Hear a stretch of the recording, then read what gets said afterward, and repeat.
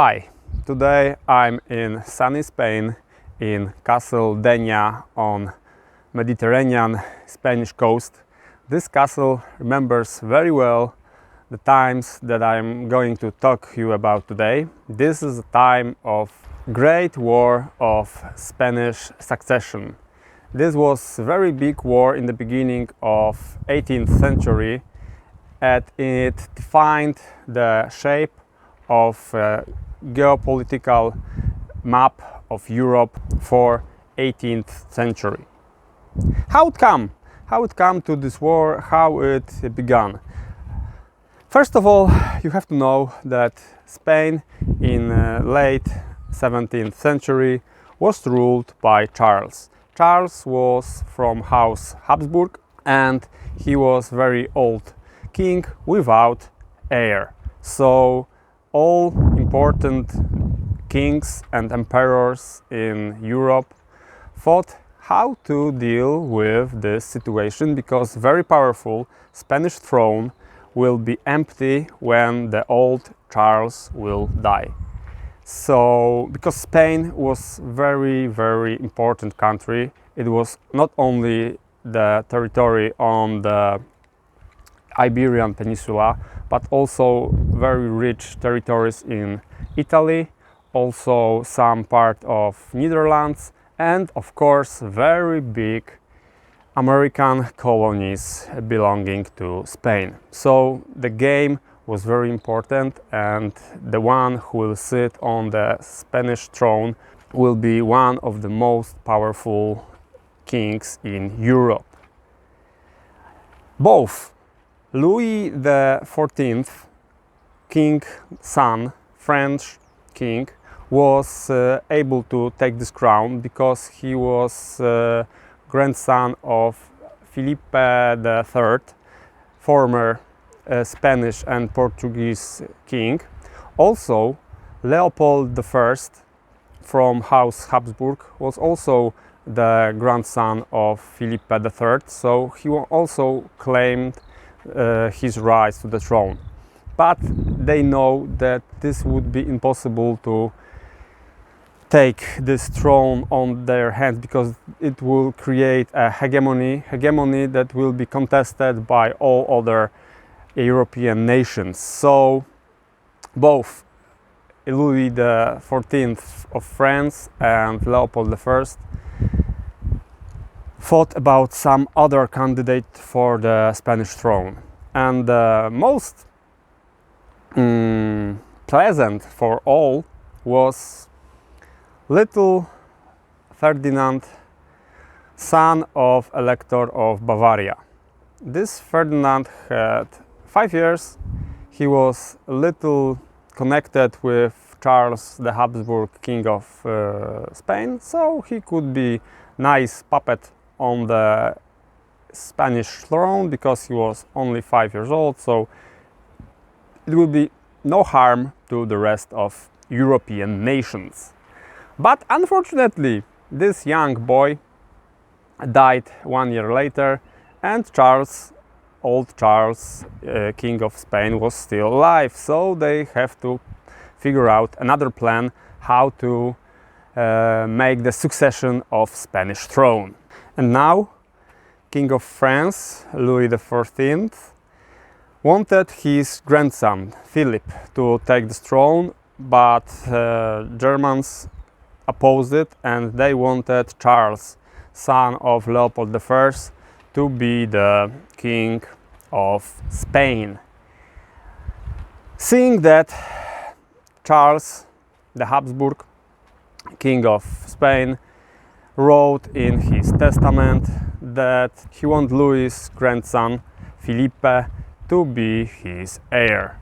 And so, when he died in year 1700, Philip, grandson of Louis, was coronated as Philippe V, king of Spain from the Bourbon dynasty. But this situation was not pleasant for the rest of European nations, especially England and Germany. So they made grand alliance to crush this hegemony and to take the Spanish throne from Felipe V. So in year 1702 they started great war against France and Spain to take the throne for their own candidate. And so the Great War of Spanish Succession begins. And so in 1702 war began.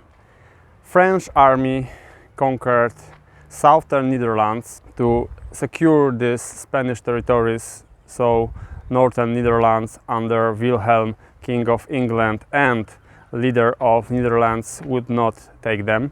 Also French, Spanish and Savoy army combined invaded northern Italy to secure this territory, and even they was quite able to take almost whole Italy and join with Spanish territories in the south, because Spain had some territories in southern Italy. But the answer from the coalition was very powerful. The most important was invasion through Alps, led by Eugénie Francis de Savoy. This was an excellent general. Napoleon Bonaparte said that Eugénie Francis de Savoy was one of the 7th biggest generals of all times. And this man, born in France, in Paris, started his military career under Louis XIV. But Louis don't wanted to promote him, so he went to the house of Habsburg, and now he was leading the Habsburg army. His first big military experience was in the Great Battle of Vienna in 1683, when Polish hussars and Austrian soldiers combined repelled Turkish invasion under the walls of Vienna, and Eugénie de Savoy was young officer in this time, and it was his first big battle. And now Eugénie is leading big troops from the middle of Germany through Alps and was crushing French and Spanish army in northern Italy. Even though he had fewer soldiers, he was able to win battle after battle after battle and inflict heavy casualties on French armies. The decisive battle of the Italian campaign took place near Turin on 7th of September 1706. City was besieged by the French. Austrian and Prussian troops came to rescue Turin. The clash of armies was extremely fierce, and the French defended their fortified position for a long time despite powerful artillery fire. German attacks on French position did not result in any breakthrough. Only losses Eugénie of Savoy's troops were growing, and he himself was almost killed when a French bullet laid down the horse on which he commanded the cavalry. The breakthrough for the battle was a bold raid of the defenders of Turin, who in number 2,000 men attacked the unexpected French infantry from the flank. In gratitude for this great victory, the people of Turin built a beautiful Basilica of the Blessed Virgin Mary on a hill near the city. At almost the same time, very grim events for Louis XIV and his grandson Philip were taking place in Spain. Coalition forces landed on the east coast of Spain, not far from the place where I am now, and advanced on Madrid, which they soon captured. But only for a short time, because fierce guerrilla forces composed of people loyal to Philip the Bourbon retook the city. And now Portugal, seeing these French losses in northern Italy, switched sides and joined the coalition against Spain and France. So France now was in quite a poor situation. Also Sabaudia switched sides because it was de facto conquered by the Habsburg forces commanded by Eugénie Francis de Savoy. So the only French ally in Germany, Bavaria, was in big pressure right now because from all sides Bavaria was surrounded by enemies. So France wanted to cut through Germany and secure Bavaria, but they lost great battle against Habsburg forces. And now the situation for France turned very badly because they lose some allies and they lose some battles, so they are put to defensive. And Grand Alliance wanted even to march directly on Paris, which would be a game changer and probably war ender if they managed to conquer this city. But in the next year there was a bloody battle that defended Paris from this operation. This great battle took place on 11th September 1709 near Malplaquet. The coalition had as many as 120,000 soldiers and the French had only 80,000.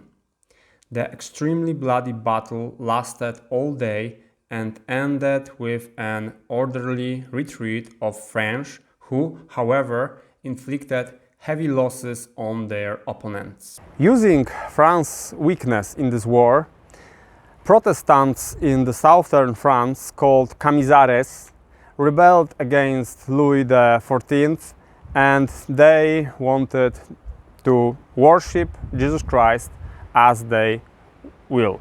So, besides having enemies on the borders, France has now need to face enemies inside in southern part of their territory.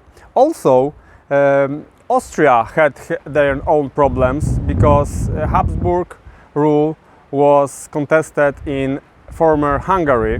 Hungary in 17th century were subdued to Habsburg rule, and now under Francis I Rákóczi they rebelled against Habsburg rule and made a civil war in Transylvania and in Hungary. So also Habsburg dynasty have to fight on both fronts. So the war was very bloody, but without clear conclusion. So England, who gained as much as they could, they conquered Gibraltar, they conquered Minorca, they started to withdraw from the war, which they saw no further gains to take. So without England the coalition was a bit weaker. Also, Joseph I, emperor of the Holy Roman Empire, died, and Charles the Habsburg had his own problems in Germany, so he wanted also to win this war as quickly as possible. So they made another final assault in Spain. They gathered their coalition, Murcia, Valencia, Barcelona, some supporters from Italy, and they marched on Madrid once again. They won battle under Saragossa in 1710, but even they won the battle and they managed to conquer Madrid. The guerrilla resistance led by most of Spanish people was so strong that they were unable to hold Spain, so they had to withdraw. And this was the great situation for Louis XIV, because he was so powerless after almost 10 years of this bloody war that he would be able to accept any conditions just to finish this bloody war.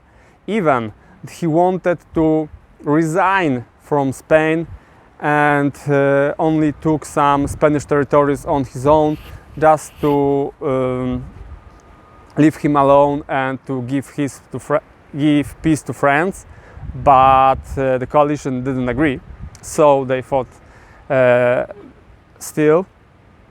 And now, when the coalition was defeated in Spain, they had to come to the table and discuss about peace. And the peace was signed in 1711. Philippe V, the Bourbon, was accepted on the Spanish throne, so Bourbon dynasty conquered another throne, get this vast Spanish colonial empire under their rule, and this was very big success for Louis XIV and the Bourbon dynasty. But Spain lost their territories in Europe beside Iberian Peninsula. They lost their possessions in Italy and they lost their holdings in Netherlands. In Italy, Duchy of Savoy gained a lot. They become kings of Sardinia, and they will be the entity that will unite Italy in future. This was very important victory for the house, the Savoy from Savoy. This is north-west Italy. England was also victorious in this war because they gained some territories in Mediterranean, and also they gained very lucrative concession for slave trade between Portugal and Spain. So this was very important for their economical growth, and it will boost their empire during 18th century. So the bloody war of Spanish succession was very important bloody conflict in the beginning of 18th century that put Bourbon Philippe V on the Spanish throne and ensured that Spanish Empire will last longer in North and South America. But it was also the part of the bigger European conflict, because in the same time Sweden was fighting big coalition, Prussia, Denmark, Poland and Russia in the Great Northern War. And this war was also very important for the rest of Europe because it crushed the Swedish supremacy over Baltic, and it gave Russia now the hegemon position in the Eastern Europe. And what's very interesting, when they were fighting in Spain in 1709, when the coalition was marching on Zaragoza and Madrid, in the same time in the eastern Ukraine under Poltava, Swedish army was marching east to win with Tsar Peter I, but Russian army was 4 times bigger than Swedish, and they managed to crush Charles, King of Sweden, under Poltava, and Swedish hegemony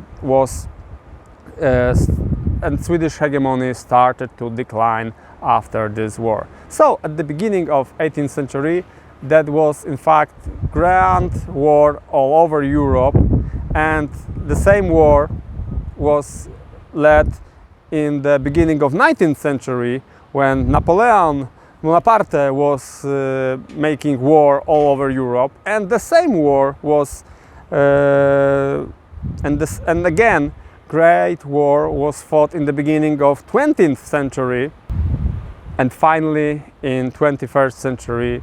That's great that we don't have this kind of great war in Europe. I hope this cycle of wars on the beginning of century will now end.